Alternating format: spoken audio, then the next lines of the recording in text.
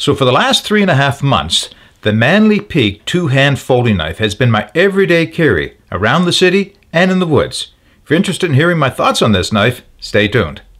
So Manley knives are made in Bulgaria and distributed in Canada by Manley of Canada. There is also a US distributor, and I'll make sure I post the links to both of the distributors in the show notes below. So it was a relatively new knife to me, and Manley of Canada sent this knife to me for testing and review. So I thought what we would do is take a closer look at the knife, and then we'll get to doing some knife testing. Okay, what I thought we would do is go over the specifications for the knife quickly, and well, I give you some close-up views of it. So basically, it is a two-hand operation, lockback design. You can see there is no notch or thumb hole or thumb stud or anything for opening the blade up, so it is a two-hand operation. Overall length of this knife is 8 5/8 inches or 220 millimeters, so it is quite a big, long knife. The blade length itself is 3 3/4 or 96 millimeters, and it is a 3 millimeter thick stock. The weight of the knife is 4.05 ounces or 115 grams. The blade steel is a D2 German variation with a nice stonewash finish on it.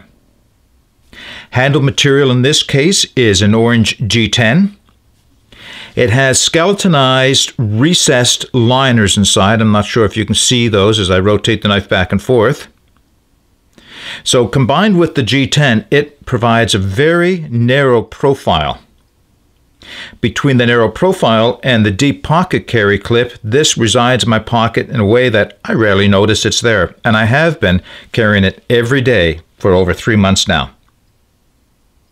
So what I thought I would do is give you a look at a knife that is somewhat comparable in size and in weight, and that is the Endura by Spyderco. So you can see they are very close in blade length, very close in overall length, very close in width of their handles, actually very close in weight as well, with about a 1/2 inch lighter going for the Spyderco. So this knife is also available in other blade steels beyond G2. On the website, they show a model in 154 cm and another in S30V. There's also a number of different colors for the G10 scales. Should also point out that the American distributor of Manley knives has a one-handed opening version of this, which looks quite nice as well. So as I mentioned, I've been carrying the Manley Peak two-handed opening knife for about 3.5 months. And I've been using it for tasks around the house like opening packages, cutting string, and those normal things, as well as some food preparation. I've also been carrying it in the woods. So I thought what I would do in this review is take it to the woods and see how it performs as a bushcraft knife. Okay, before we begin, I'm in no way suggesting that a folding knife can replace a good, solid, well-made, full-tang belt knife. In fact, today I have with me my Tereva Scramma and my Blackjack Grunt. So this is not the only knife. I think, in fact, it would probably be negligent on my part to go into the woods with just a folding knife. So what I want to make a point on is that a lot of the tasks that I do at home and in the woods don't require a big knife like this. Most of them are small tasks like opening packages, maybe carving the end of a stick off to make a point on it for whatever reason. So a lot of those things can be done with just a folding knife, which is lighter, smaller, easier, more maneuverable, more handy to have than to have to take a big knife either out of a sheath or out of your pack. So that's what I want to do. Still, a folding knife can do a lot of the tasks that a belt knife can. It may not be designed for it, and it won't last as long or be as sturdy as a full-tang belt knife is, but it can do a lot of those tasks. So what can it do? Let's take a look. Okay, so one task that we quite often call on our knives to do when we're out, especially if we're going out for an overnight, or maybe even a day when we're setting up a tarp, is to make tent pegs. So I have here a piece of maple, about 14 inches long, about 1 inch in diameter, maybe 1 1/4 on this end, and I'm going to turn this into a tent peg using the Manley Peak. So to do that, I'm going to start by pointing this end of it. Now, this is not an instructional on how to make a tent peg. I know that this folding knife is not going to do as good a job as a good belt knife will do, but I want to show that you can do little tasks like this with a good folding knife. So, in order to make the point, I'm going to start with a chuff lever grip, and I'm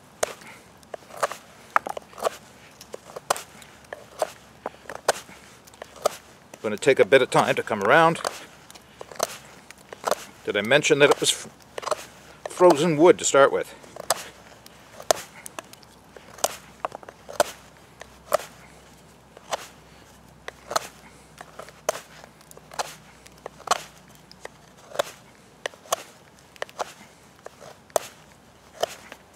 Almost there.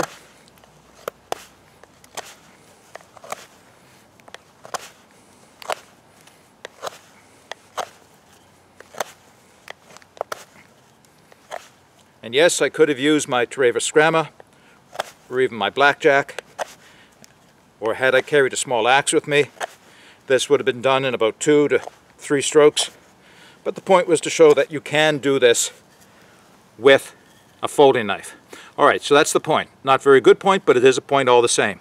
So the next part of the task would be to put a notch in this end to hold the guy line on. In order to do that, I'm going to have to baton my folding knife. I'm going to reset the camera and show you batoning with the knife. Okay, so it's important to recognize that when you're batoning with a folding knife, that it is or could be subject to damage. And the damage, if it's going to occur, is most likely going to occur right at the pivot point, because that is the weakest point of the design. It's also what makes it convenient to carry in the folded position, but it is what makes the knife weak for this type of a task. Still, a good pocket knife or a good folding knife used in the woods should be able to do this work with. So, just going to make a simple number 7 notch. Start with a little batoning. Nothing too major. And from here, split right through my notch because of the frozen nature of the wood. Let's come back a little bit and do it again. So I went in about 1/3 of the way into the wood.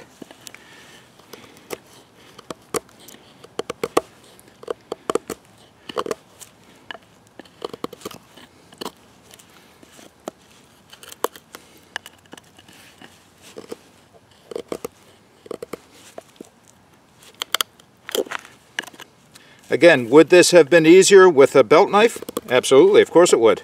Easier, quicker, but still a reasonable, try to get down in the frame here, a reasonable 7 notch on the end of this peg that will work as a tent peg. Alright, what else would you use a knife for in the woods? So one of the main things we do with our knives in the woods, especially around a camp, other than building shelters, is firecraft. And one of the things that we want our knives to be able to do is to create feather sticks. So can I create a feather stick using the Manly Peak? Let's give it a try. Okay, so I have a piece of split out dried pine branch, quartered, and we'll give it a try and see what kind of a feather stick you can do with a pocket knife. First I'll work on the inside edges to see what that can do.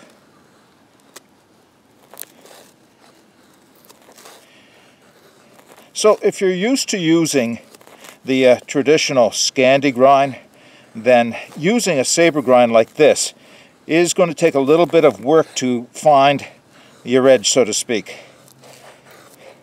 What is the best angle, and hold it on that edge in order to get just the right amount of bite into your wood.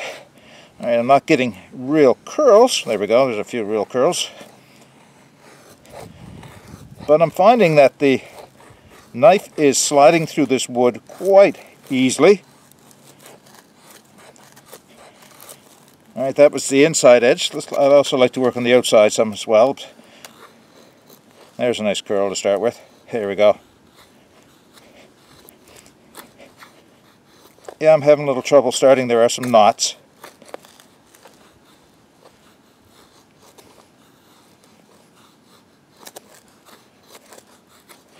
And I'm not keeping all my curls on the stick, but you know what? Those curls work almost as well as if I had them still on the stick. Alright, so not a great feather stick job. Will it do the job? Yes. Will it do as well as a well-designed belt knife? Maybe not, but it will work. There, we're starting to get some curls now. Vary the angle of the curls going down.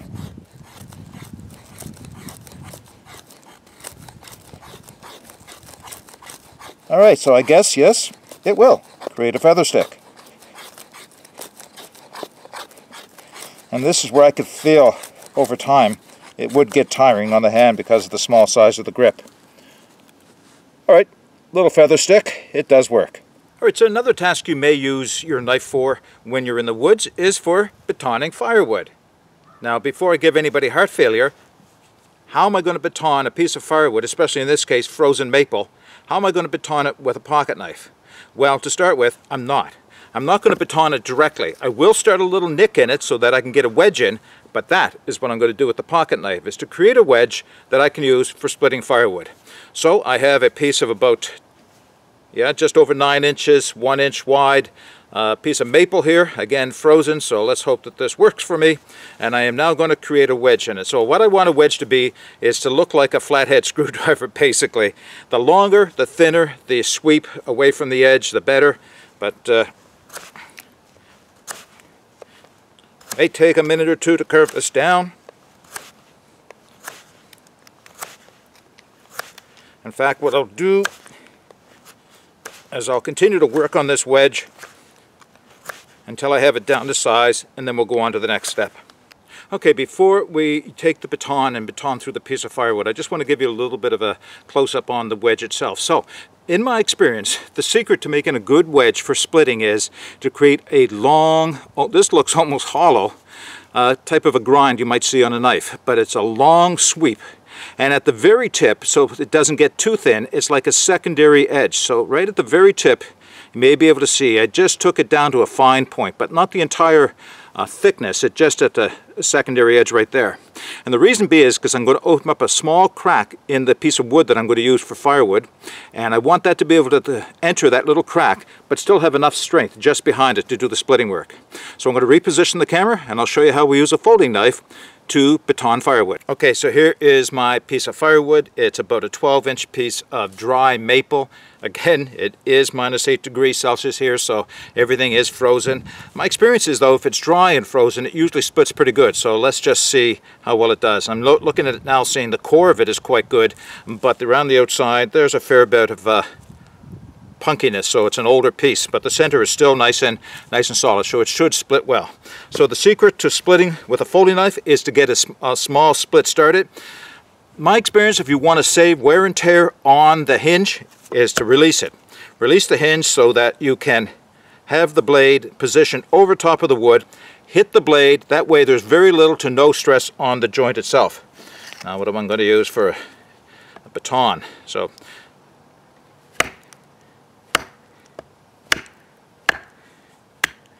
and all I've done is, without any stress on the hinge and the knife itself, is opened up a crack in the top of the piece of firewood, and now I am ready to use my wedge. And the wedge is going to be used to free the knife, so I don't even have to take the knife out at this point. I'm going to use the wedge for that purpose. So I'll place the wedge on top, gentle tap, the knife should come free, it does. I'll close that and lay it aside, and we'll complete the splitting process. There we go, 2 pieces of wood split with a folding knife. Okay, some closing thoughts on the Manley Peak two-handed folding knife. I recognize this is not intended for bushcraft. This is intended as an everyday carry knife, and as I mentioned, I have been carrying this for well over 3 months now, every day. And it's performed all the tasks I've asked of it. As I've mentioned before, the D2 steel, or the D2 variant from Germany, is held an edge amazingly well. I have not had to put it to stone. I have put it on a ceramic rod a couple of times, and I do strop it quite often as well to maintain that edge. It's a lot easier to maintain an edge than it is to put an edge back on a dull knife. So I do that. Other than that, it has shown no signs of rust, no signs of chipping, rolling, or in any way dulling, even for all the tasks that I've put it through. I think it is a good knife, whether you're going to be carrying this around town, to work, or in the woods. It is a good knife. In fact, that is why the reason I chose the orange-handled blade, is because I wanted to have something that if I dropped, I would be able to find relatively quickly. So the narrowness in the grip, which makes it very comfortable to carry in pocket, does make it a bit uncomfortable for bushcraft tasks. My knives all have good, thick, full, hand-filling grips on them that allow me to work with them comfortably over an extended period of time. I could use this to carve a spoon, but I don't think my hands would be in the best of shape at the end of that. They would start to get sore. Hot spots so much, just, you know, it's just narrow, small in the hand. I would find that I'd have to really grow or hold onto this tightly to keep a good grip on it. Still, I've been working with it all day out here in the woods with a pair of gloves on with no discomfort whatsoever. I very much like the Manley Peak 2. It is a good, cost-effective alternative to a lot of the other knives that are out there today. The quality is definitely there, and yeah, the price point is as well. And as I mentioned before, I'll be putting the information on where you can find your own Manley knives in the show notes below. Something you may want to look at. It's an alternative. And again, I want to thank Manley for sending this to me and the patience. They've been waiting quite a while for me to put this review out. Alright, that's all I have for you today. And until next time, get out and explore. Take that path less traveled. It'll make all the difference. Bye for now.